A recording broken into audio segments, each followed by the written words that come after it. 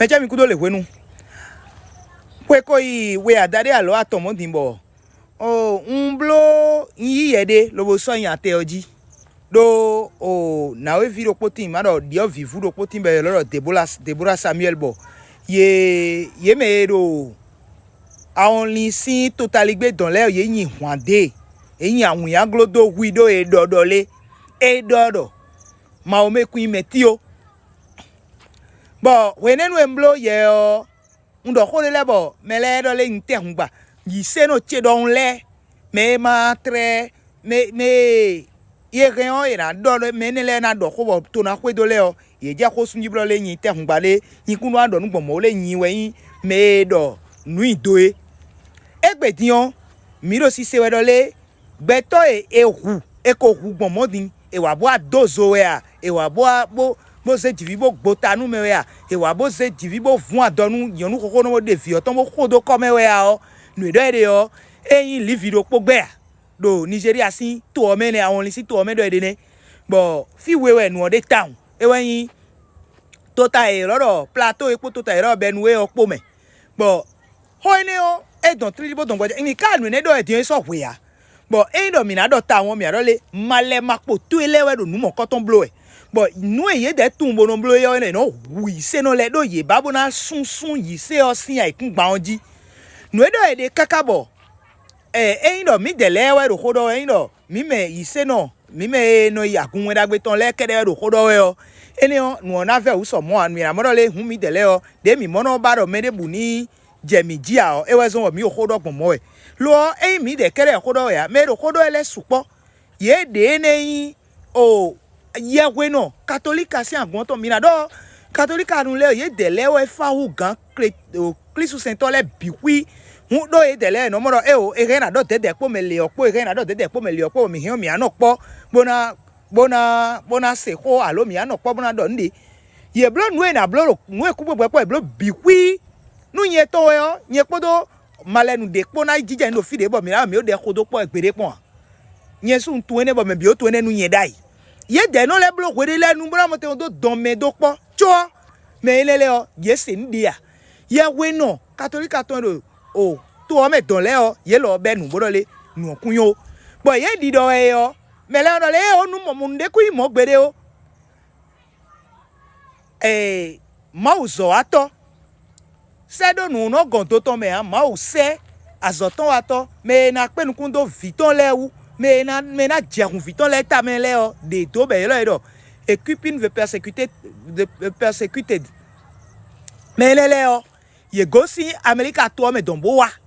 bo nu ye blodo te o me de dozo le we a me de wa bo ahu we a me de se gi apa gbo ko na onu kun gbe to ton me le we a ye no chia ye le ple bono khonu le ple bo to bi wi de bodo de u liegbe lo bo awon lawe ma se do to gan America to ton Trump bo le nu e do jijo e dion e do ko suwe bo di do e bo awon li si to gan le majoro na se a o Trump ni bo awon le mi anyway do lo bo me de chite do don me de tu nu e no nu a me de ka tu nu e no duo a bo le nu ku mo gbede o deji nka ko nla nu na bi de wo me de ko do le nu ku mo gbede le ye no mele no hu o malen le desu nu e do e de odie nu e hu malen do poge yo ise no aize we ko hu nu e do o ye do sekpete malen le ton do pozo ye ko do agun we da gbegun ye o do afode zone afowe zone bon te do mi ka de town do nko do ro fi do podole ye re o ye na level dom o sekpete malen le ton he na dozo ye re na wu malenu nte tu do malen de le timbo le ye de modole ke wu ye ton do eni se male ogbon e o ye o si se gbon mo ya but de modole ke wodo eyin do me de ma se gbon mo e do na wu me o hu ye no le me ne le de su no me ma o si se pe abo ye re o e na do popodo o me yin se no mi do le po bo ma wa nde yin ye a e mo le me le ko o ala o se ganji o wene o tuo e no gan ki apa bu no je ko gbo eji hu ye re na gbo ko me ton le de su be le de su ye ro me ton le su we mo ya mi de le we nu e mi anu kunu ye be na hu si bon edo mais là on fait on nous fond oh e ka va gba o e on va keke e no ede u kaka bondole edu no do ren o a keke san fo do te edu pe o e kana wa du afo de su e du keke fo de su o zoje medo kwe me to pa zoje ko tonji bonu mere ma ti te bo ichi zo o he o e na je mi lo tonji bo mi o di do e fie o e no mi de je nu ya to e no mi de je no hun gba te boro o nu boro o nu glegle na don ato me fie e no mi de je no o male makpo to elesin àwọn ba na don do mi neji we nu ene blo e me mi ton lede do fio eyan a nu ene blo e mi de fio eyan a do egbedian lo dayo edo o yero nle blo ero àwọn li to me bo me bi no do e o le àwọn li we de je kun wa fio egbedian o wa fie be me mi ton le hu e boro soja mi ton le hu e bo nle blo e nu om leje no be gbon ne do e na hu soja le bona mo ten wo yi be o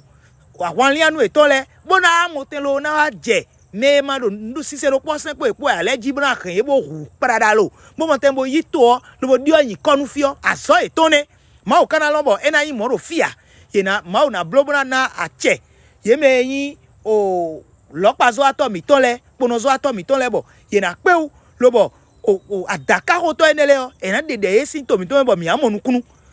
lo mi adodole azan vie lo le medion o togan America to tombe loro Donald Trump yo eye dole ye ma hwe kwi bo ya ojo ise no le do kwi ame no se Jesus le ma jo do kwi ya o eni mi na zekpo no mi to le se do bo ena fonu ha male makpoto enele de do mo lo ene o ye melele ti te le nu mo koto de ko nje do ye gan oreji ene de do ezombo ye me equipping veut persécuter de l'air ye de ye be ye le ko ya te oji hanya ton bon nukuru mo je nu meti e bloro o ye me do to nu odon le o dako eton le ye yin o malenu bon le na se male ogbon di do ta eton me o e ti di mo we me de do me huele do si sengbon we e zombo le na blogbo mo na sukun to nu me mo ko ton le ye ti tun wa on le kazande dinole nyado potimbo yin male ganda horopo olole to gan e hotobo don din be ran Tinubu e ole asiton ero aya obo wi do e kuno male e kun male nu obo yin le gbo plato ba do na wi imo hu me beto do moro to amede suro don nu gbo ba irole elevo abi okwe soke lo e ka dosi nu e do tato me we do nu me ko me o si we jiwe han mu me dosi aha do mu ye we be di do e Tio mi dele o mi do jivia Jesus do miniso jivibo humea Jesus karole miniso pobo je me hujibo je o adovu mele jibo je mele zinto mele wa mele hujio Jesus do monu mia mi de mi na hode bo kana do di do edole nu mo koto kun yo bo do se to mewe mi de me do nu mo koto mblo ele ye gwe no edo o catholic aton do hodo ele dole ye de kunti ba e wuli tin bo hu gbede o je de kun ka tin be wuli bo se do gan pa me be tun o eyan wa eno ise no le wa site boro mina te hun gba o ye de we no wuli bo so su nu mo eyan a e Trump do ho e je ko sunji Trump do ho e do ho me nye do danda Trump ni wa lo bo gba o àwọn li to a e o àmọ́ no le mi ma babo no le ni wa hun mi ya ojo ise no le do kwi bonu ye ni se ma wuye ton mi ko Jesus mi to se hojo mi awa isomo e mi ka wa isomo yo mi na hu mi ma le mi kura se Jesus mi ton wa eni o de me hu mi ya hu de gopo wenwi kwete hu hun sa asofin dadoto e no je kweto me